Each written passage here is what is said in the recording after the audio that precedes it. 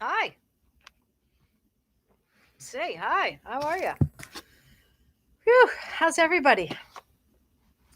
Welcome to Frankenstein Tea, a daily short story program for adult listeners. Give me 1 second. Let me fool around with my computer here. Just 1 second. Okay, almost there. This is Frankenstein Tea, a daily short story program for adult listeners, brought to you from me, Kristen, the director of the Island Free Library on Block Island. It is Friday afternoon. Memorial Day weekend is upon us. Um, it's a little chilly. I'm wearing a flannel. There is some weather coming, and here we go. Here's our start to the season with this storm a brewing. So, oh boy, my computer's all doing things. So here we go. But I have a story today to read, and I think it might be good.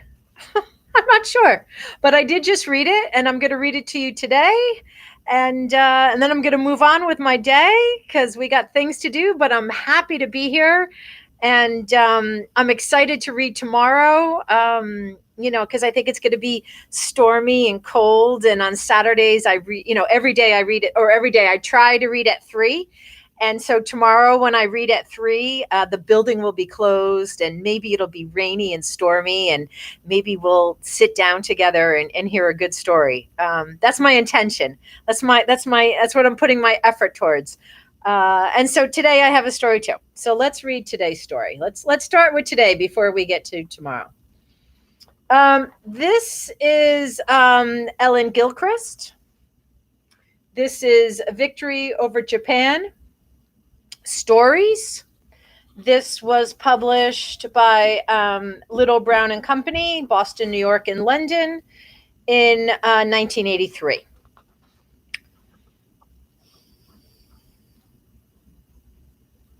I have no permission to read this, and it's not in copyright law, but as we wrap up this program, maybe it's good to say, because I haven't said it in a while, my intention is to share a variety of authors, genres, and stories with you, our patrons, family, friends, neighbors, as readers advisory. As a librarian, it's what I do.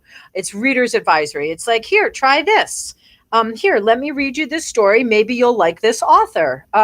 So I respectfully run this program with that intention. This is not a financial situation. There is no money made from this. This is simply a librarian sharing a story by an author that perhaps you'll say, oh my God, I've always loved her, or wow, I've never heard her before. And that sounds like something I want to read more of, or any combination like that. And I'm shaking. I can see that the setup isn't so great. So it's the best I have today. All my other rooms are booked. It's busy. But let's try this. This is Ellen Gilchrist. Dee Dee's talking.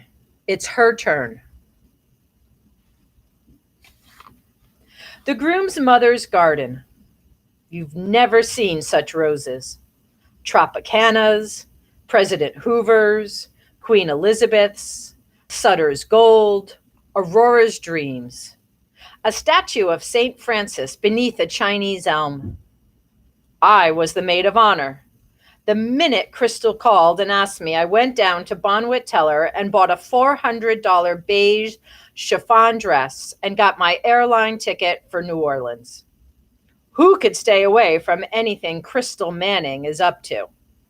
Well, I was going to be maid of honor in her second and final wedding, and I had 3 jobs to do.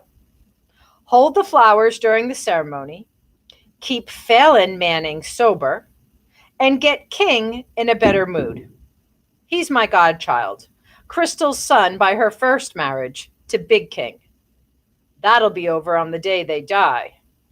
Meanwhile, she was marrying Manny and moving to New Orleans to have a better life. I'll be able to send King up north to school, she said on the phone. I'll send him to Andover or Yale or somewhere. He'll get to use his mind. What makes you think he wants to go up north to school? I never noticed him being interested in school. I'm getting him out of Rankin County, she said. I'm taking him to a place of higher concentration. You're taking him to a city to live a life he can't imagine when he's only 12 years old? Slow down, Crystal. Use your head. Think it over. Anything is better than Rankin County, Mississippi. You've forgotten. You've been gone too long. Well, are you coming down and helping me out? What's the date? When's the wedding going to be? June the 1st, the first day of June. So I went down. Down I went. One morning, I'm sitting at my desk at Time magazine researching an article on the Pentagon, and that night I'm at a rehearsal party at the Royal Orleans, and Phelan's reciting the Call of the Yukon to the rabbi, and the matches on the table say Manny and Crystal in gold letters, many congratulations. The groom's mother stood in for the bride at the rehearsal, and no one even cracked a smile. I was home. What's this marriage all about? I said to Phelan the night before. He's Crystal's brother, a big game hunter and real estate developer. He was the brains behind the Ross Barnett Reservoir. I don't know what this marriage means. It means money, he said. He's rich, Dee Dee. He's rich, rich, rich, rich, rich. Why are you doing this, Crystal? I said. There's still time. You can still back out. He's rich, she said. Rich, rich, rich, rich, rich. Things the groom's family gave King that weekend. Swiss Army knife with 10 blades, new bicycle, a Peugeot, $10 bill, 6 shares of Walt Disney stock, $20 bill. What am I supposed to do with this money? He said to the groom's father. Spend it, the old man said. Buy something for yourself. He found an arcade a block from the hotel. Every time I looked for him, he was there, sticking quarters into the war game machines.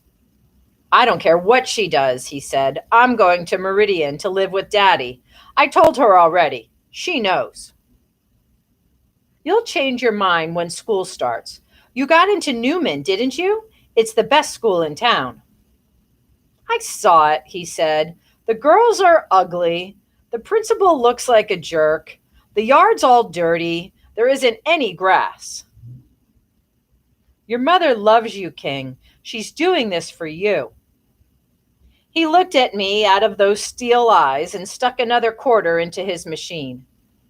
Don't be like this, I said. Don't act this way. He's ugly, King said. He looks bad. He's too short. Later, he took the Swiss Army knife and dropped it down the mail chute at the hotel. We heard it clanging as it fell. It was an accident, he said. I didn't think it would fit. A wedding at the groom's family's house. $600 worth of hothouse flowers all around the fireplace. Outside, those incredible gardens. A lily pond and 2 bird baths, and the statue of St. Francis. Like a garden in a museum, the roses had these little laminated signs. I saw Crystal's mother eyeing them. A Dorothy Perkins, she exclaimed. I haven't seen one in ages. Oh, I do love them so. Such a divine shade of pink. Champagne in the garden before the wedding. Come see the Max Graff, the groom's mother said. It will only be blooming a few more days. I stood there in the morning sunlight. For a moment, it all seemed so wonderful. She lucked up, I thought. She guessed right. I drank another glass of champagne. For a moment, I believed in everything. The goldfish in the lily pond, Crystal's peau de soie, wedding dress, the exact color of her hair, the morning sun, the servants bringing champagne, the mothers bending together over the roses, their heads almost touching. King was standing beside them, holding the garden shears. The groom's mother was pointing out dead branches for him to prune. Oh, yes, she was saying, there is one each of everything. I've been collecting for years. It's such a joy, my pride and joy. King cut a tiny little cut in the pants of his new suit. We all ignored it. He's my best little helper at home, Crystal's mother said. He helps me with everything. I don't know what I'm going to do with him way off down here in New Orleans. The Mamoisson came from my mother's place on Newcomb Boulevard, the groom's mother said. I'll give Crystal a cutting as soon as they get settled. Oh, I wish you could interest her in gardening, Crystal's mother said. It's such a comfort. It would be so good for her. The woman stood up. Their hands touched, hope beating its wings like a sparrow. Then people were coming, close kin on both sides. All the aunts and uncles, a few friends. There must have been 30 altogether. The living room was big enough to hold twice that many. It was as cold as a chapel, the air conditioning circulating the smell of flowers and perfume. Champagne everywhere.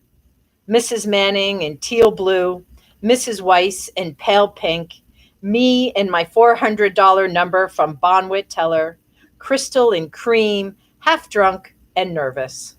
The rabbi, fat and jolly, Phelan with his head bowed, pretending to respect all religions, the groom with his hands folded together at the waist. A thin, red-headed woman struck a chord on a harp, and the ceremony began. Dearest friends, the rabbi said. He made up a special ceremony for Crystal and Manny. We have gathered together this morning for a very special reason, a reason that makes my heart sing. But where was King? King was missing. Was I the only one who had noticed? Now Crystal Louise and Emmanuel Joseph, whom I held in my arms when he was a tiny baby, whom I had the joy to name, have come together here to be joined in holy matrimony. The rabbi went on happily. His jowls were moving up and down beneath his collar. The jowls were dancing a dance of matrimony. Beside me, Phelan had bowed his head all the way into his tuxedo buttons. Mrs. Manning had removed all expression from her face. If she minded Crystal being married by a rabbi, she was too polite to let it show. And where on earth was King? How in the world had I let him get away from me? The moment the ceremony was over, I dropped the flowers on a chair and started searching. I tore through the dining room and into the kitchen and out a side door and found him right where I knew all along I was going to.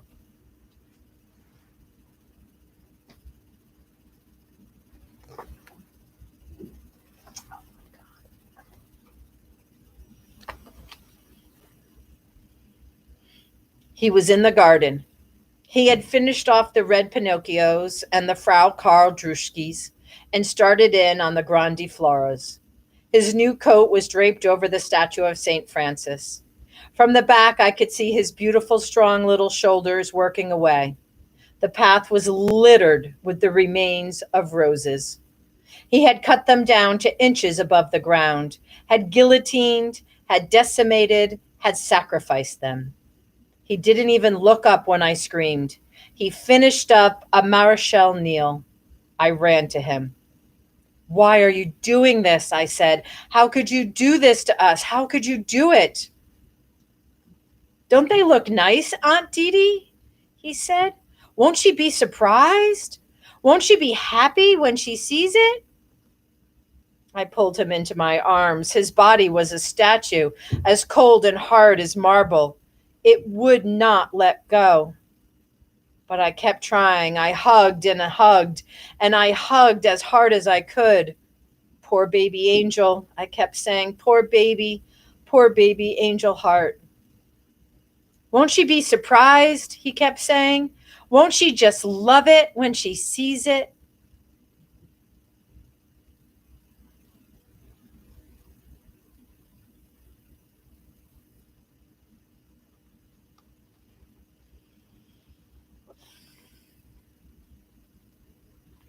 Dee Dee's Talking. It's Her Turn by Ellen Gilchrist from Victory Over Japan.